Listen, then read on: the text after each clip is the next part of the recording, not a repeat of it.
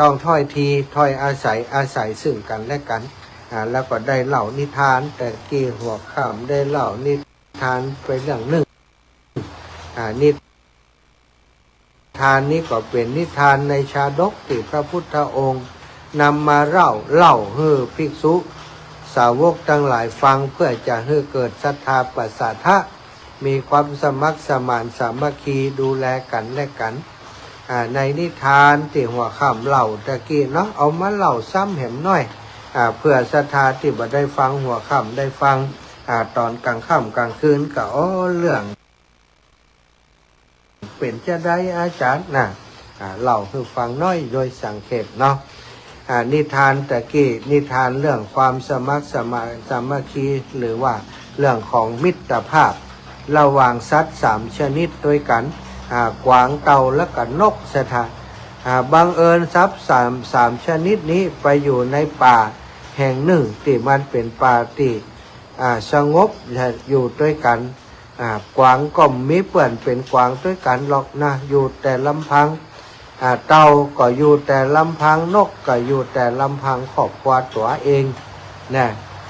บังเอิญว่าสัตว์ถึง3 ชนิดนี้มาอยู่ในป่าเดียวกันก็ได้รู้จักกันเต่าและก็กวางรู้จักกันนับถือคบกันเป็นเพื่อนเป็นมิตรเป็นสหายปะกันสนทนาอู้จากันทุกวันถูกอัธยาศัยกันต่อมาก็มีนกสัตตปัตตะจื่อเปื่อนได้มาเป็นพวกตัวแหมตัวหนึ่งตั้ง3 ตัวนั้นก็ดื่มน้ำสาบาน ก็ดื่มน้ำมงเดียวกันเป็นเปื่อนกันสถามีอย่างเขาจะช่วยกันตึงกวางตึงนกตึงเต่านี่ก็อยู่กันด้วยถ้อยทีถ้อยอาศัยเต่าก็หากินปูปลาไปนกก็หากินหน่วยไม้ไปกวางก็หากินหญ้ากินอย่างไปได้เวลาก็มาจะในติสะหันก็มาปะกันอู้กันเป็นถูกใจถูกคอกันเป็นมิตรเป็นสหายเป็นครอบครัวเหมือนกับเป็นครอบครัวเดียวกันต่อมากวางได้ถูกดักถูกนายพรานดักได้กวางก็ขอความช่วยเหลือจากเต่าและก็นกเต่านกหันว่ากวางถูกดักจับอย่างนั้นก็ปากันไปช่วยเต่ามีเขี้ยวมีฟันตีคมกัดอย่างนี้ก็ขาดได้ก็ไปช่วยจัดกัดเกียกบ่วงนกนี่ก็กัดมาได้อาศัยว่าไปดูต้นทางไปทำลายไ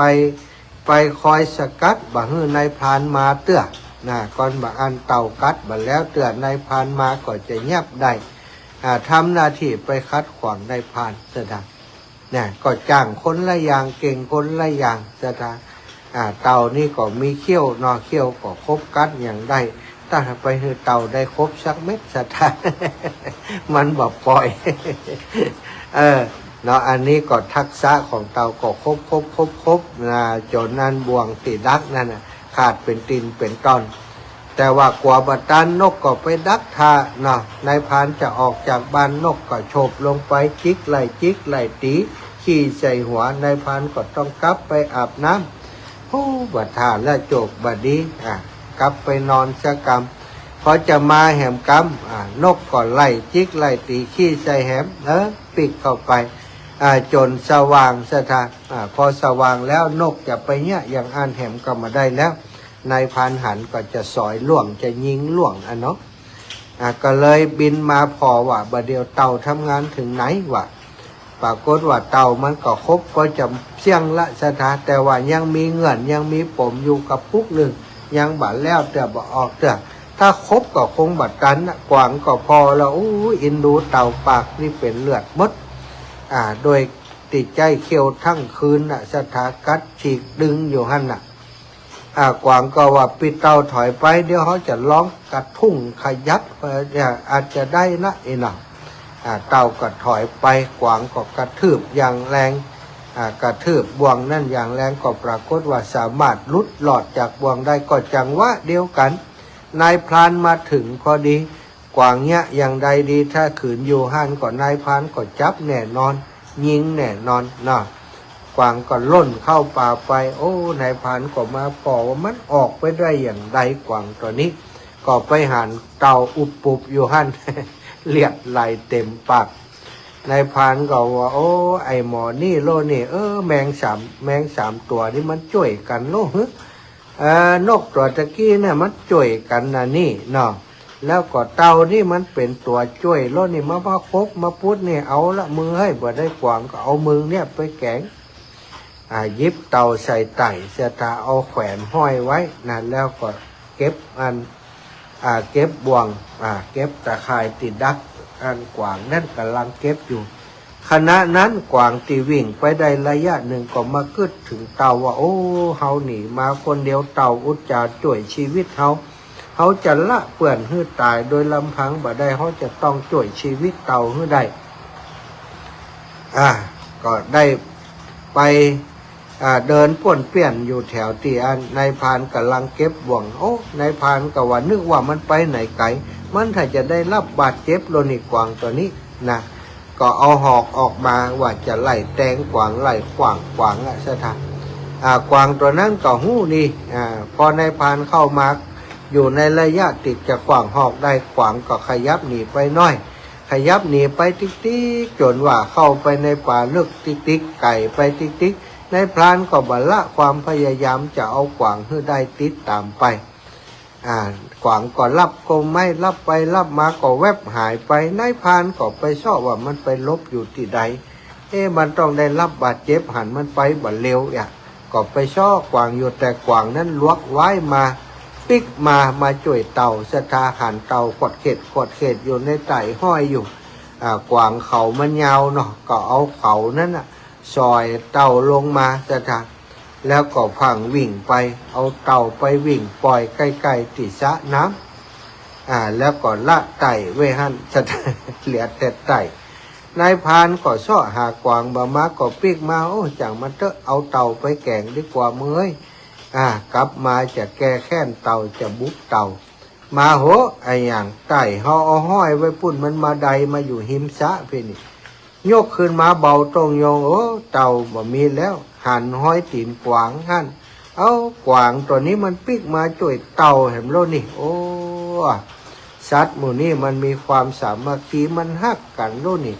มันจ่วยกันโลนี่โอ้มันถึงได้รอดจะถ่านายพรานก็มากึดว่าโอ้เพราะความสามัคคีความฮักที่มีต่อกันจึงทำให้ตึงกวางและก็เต่าและก็นกอยู่โดยการฮักกันและก็รอด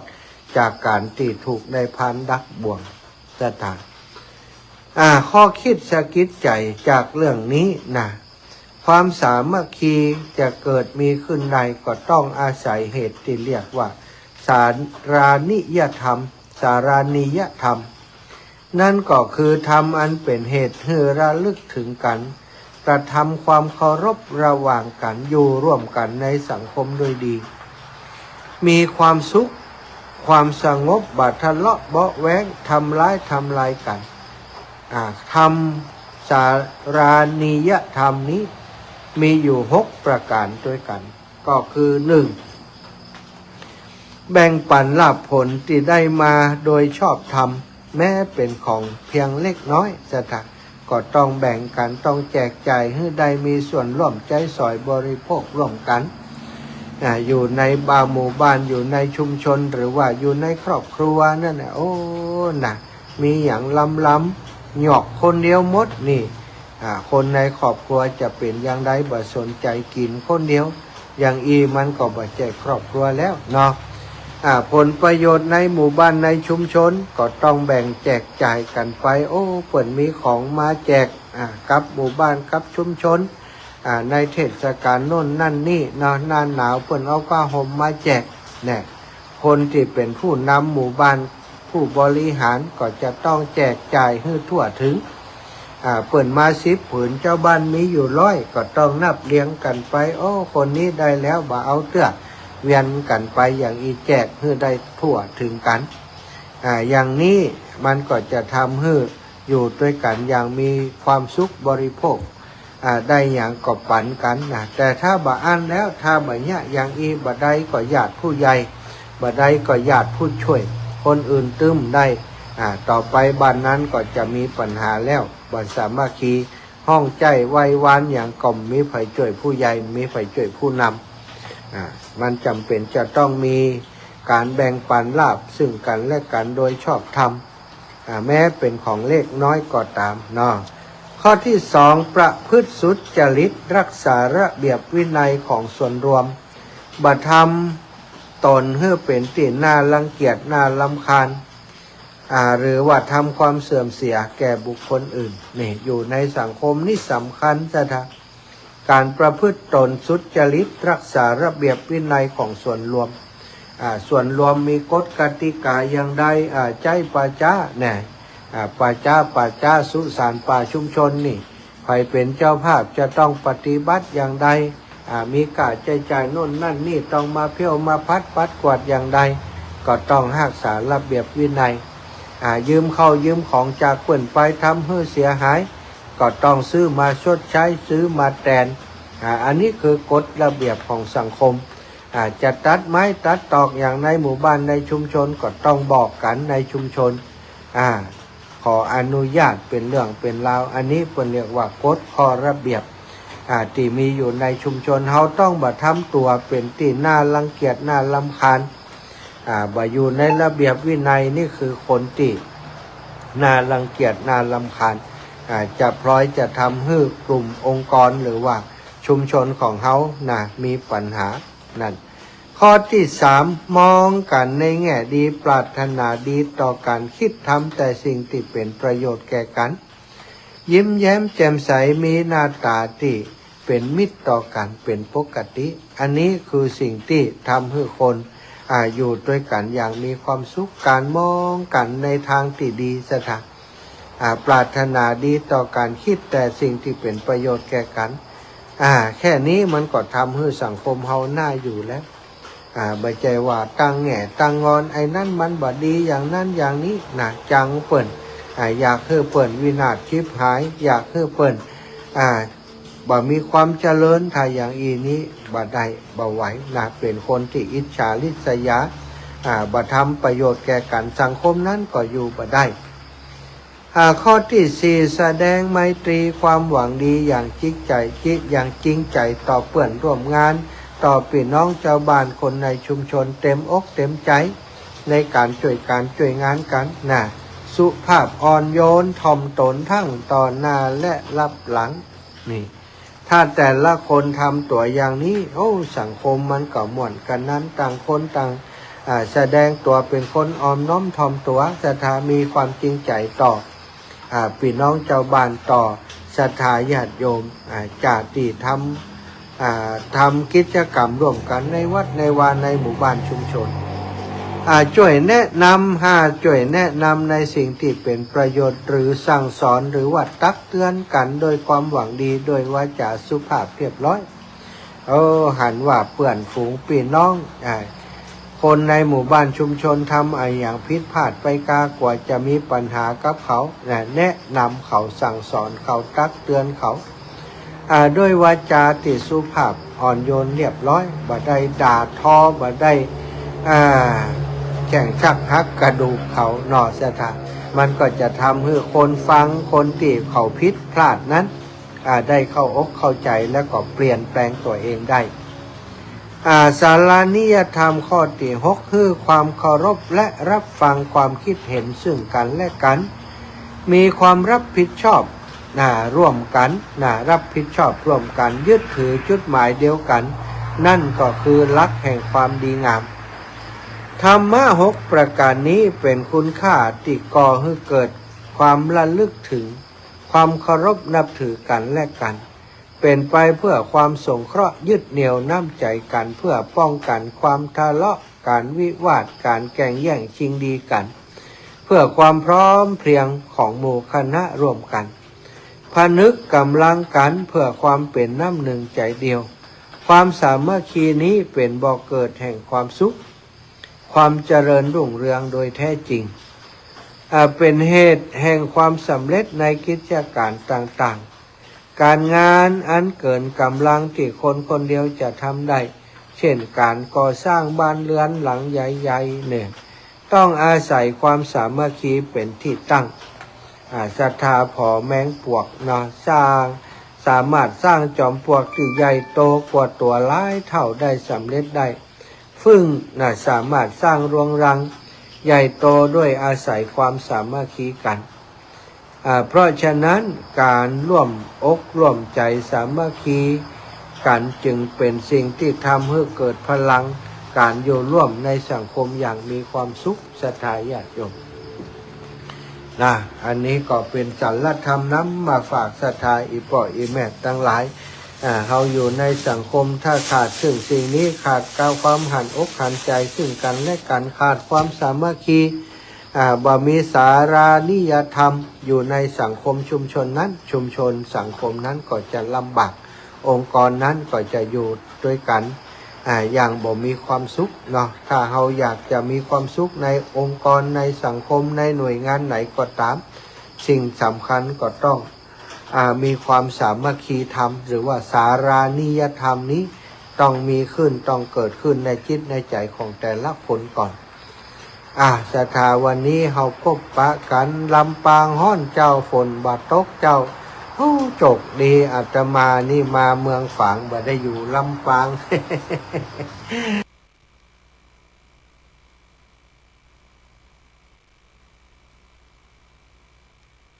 มาเมืองฝางฝนตกติ๊กๆเนอะแม่อมรวันเล่าคุณฝนตกนะเมืองฝางแม่อมรวันเล่าคุณบอกว่าอันบ้านต้นสันต้นเปาแม่เคยมาหรือว่าเคยอยู่บ่ฮู้นะเคยมาแอวจ้ะบ้านสันต้นหัวหลวงพ่อพระครูสุจิตานุรักษ์วัดพระพุทธบาทอุดมน้ำบ่อสวาหลวงพ่อเจ้าคณะอำเภอฝางนะแต่ถ้าพร้อมกับศรัทธาญาติโยมผู้ปฏิบัติธรรมวันเสาร์จะไปดำหัวหลวงพ่อแล้วก็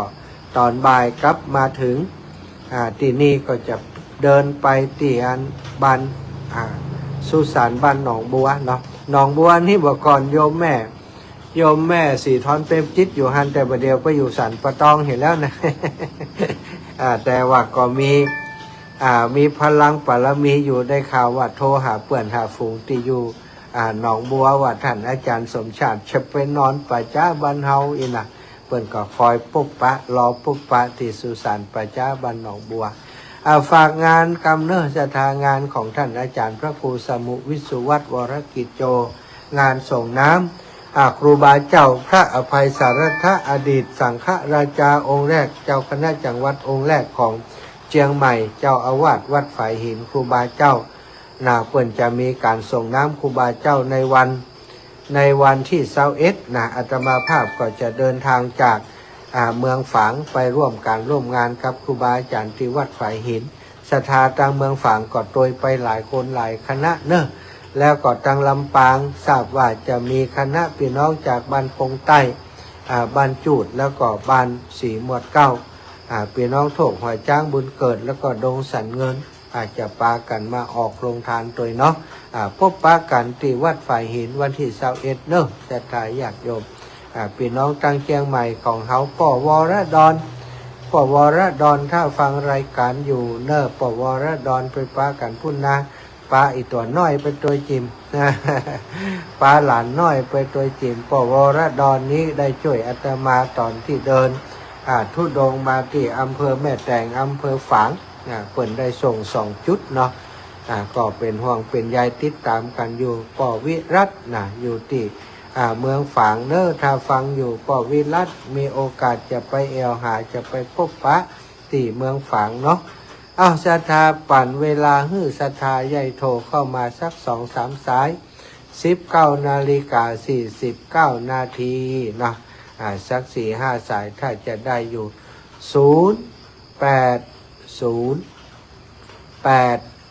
0808444173080แล้วก็82ตัวแล้วก็42ตัว173อยู่ตั้งหลังนะครับ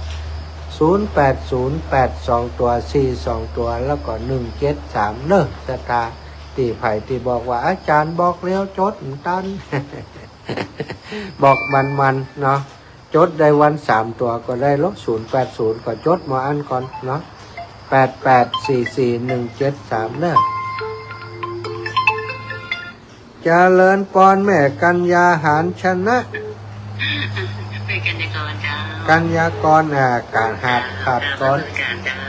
ท่านตอนบ่ายๆท่านมหาบอกว่าไอ้อย่างก็บัดทั้งเมเจอร์สันทรายอย่างเนาะวันนี้โดนฝนโดนลมไม่รู้ว่าเป็นจะใดพ่องแต่ว่าถ้าที่เจ้าอยู่นี่หันลงนี่ฝนตกพรำๆเนี่ยแบบมีลม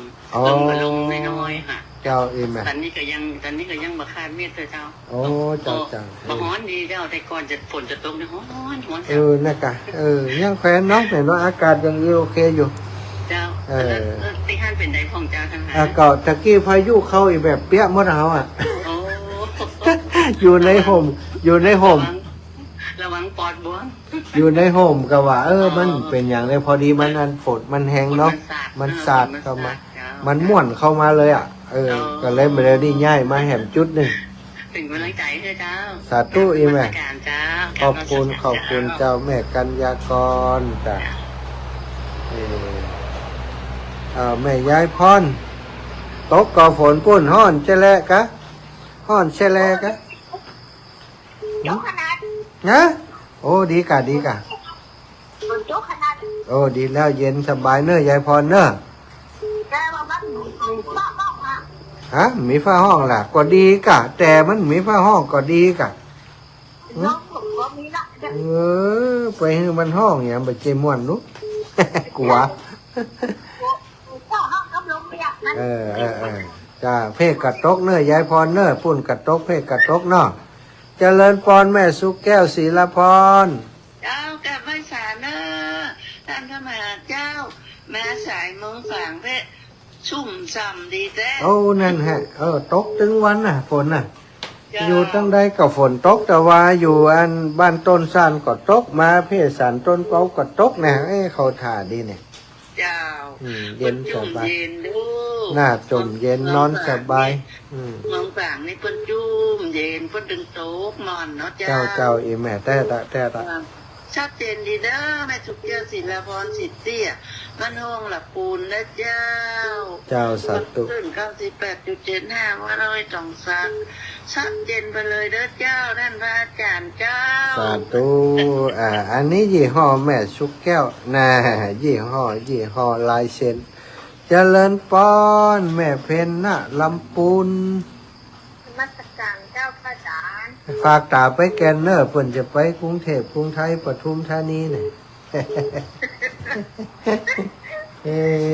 มาแซวพระจารย์ยังมายุ่งฝนมาตั้งหลับปูนห้อง ก็ยู่ไปแล้วก็เดี๋ยวกับโต๊ะกะแหมจำลำกับโต๊ะกะมันระเบิดมาแล้วนะ เดี๋ยวแหมจำลำกับโต๊ะเลยเขาออกรายการแล้วกับโต๊ะเจ้าสาธุนาบุญเคยนะเจ้าวัดไฟหินมันจะได้มาได้ไฟมันต้องเสียดายแน่จริงละพูดเลย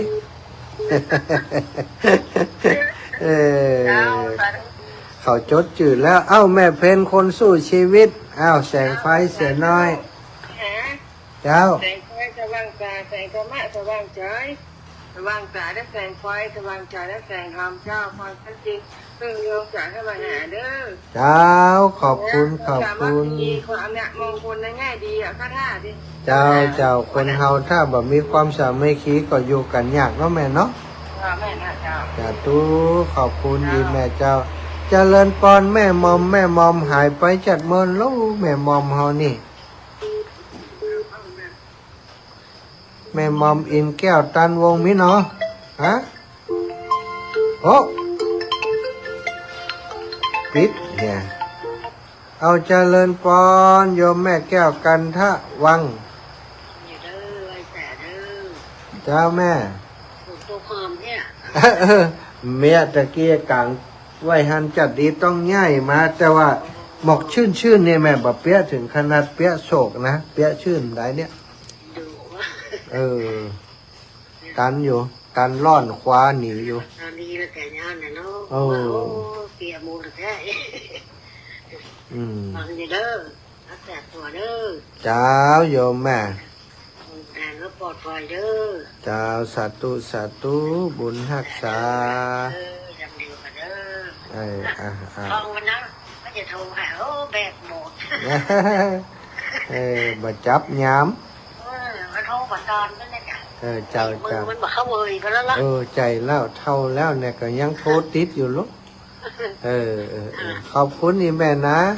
เจ้าไว้สาเด้อ จะไปแอวหาอยู่เนอพี่น้องจอมตองศรัทธาแม่มอมอินแก้ว